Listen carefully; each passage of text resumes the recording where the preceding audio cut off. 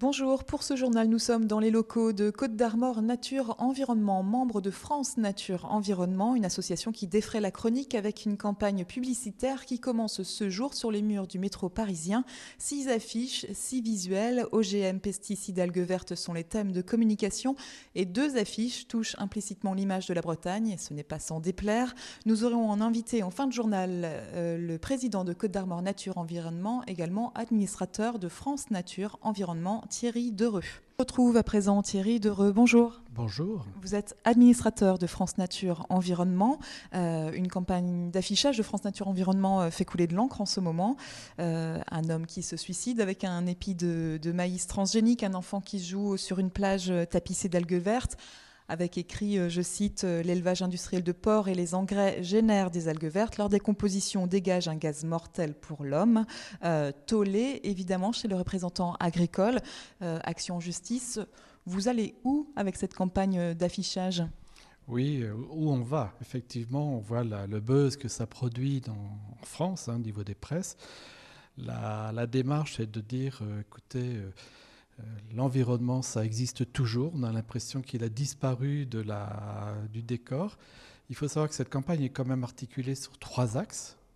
Les OGM, les pesticides et effectivement les nitrates algues vertes. Et c'est une campagne nationale sans cibler les rivages concernés. Mais c'est vrai que ce sont des messages forts que vous adressez, c'est-à-dire que pourquoi des messages aussi forts ? Est-ce que vous avez l'impression que rien n'est fait, qu'on n'avance pas ? Si on prend les algues vertes, pour ce qui concerne peut-être notre partie costarmoricaine qui est très touchée, il y a des choses qui ont été faites, on a l'impression que les agriculteurs font des efforts. Est-ce qu'on remet tout en cause ou bien... Non, je veux dire que cette campagne, d'abord, n'est pas une fin en elle-même, c'est un départ, un nouveau départ. On pense aussi qu'au niveau des agriculteurs, on sait qu'il y a des efforts, que la région travaille dessus aussi, dans le plan algues vertes. Maintenant, ce qu'on veut, c'est qu'à la veille quand même du salon de l'agriculture, eh bien, les associations soient présentes dans le débat.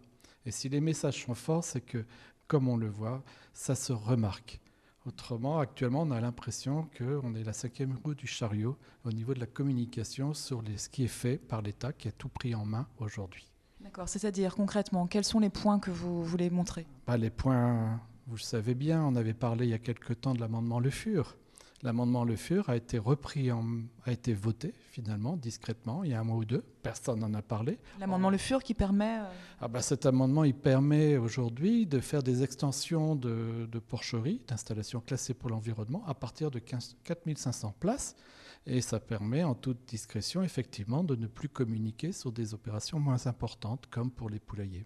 Ça allège les formalités, en fait, pour les producteurs, pour les éleveurs. Oui, et nous le craignons terriblement, puisque ça allait dans le sens contraire de toutes nos démarches depuis plus d'1 an par rapport à la réduction des porcheries.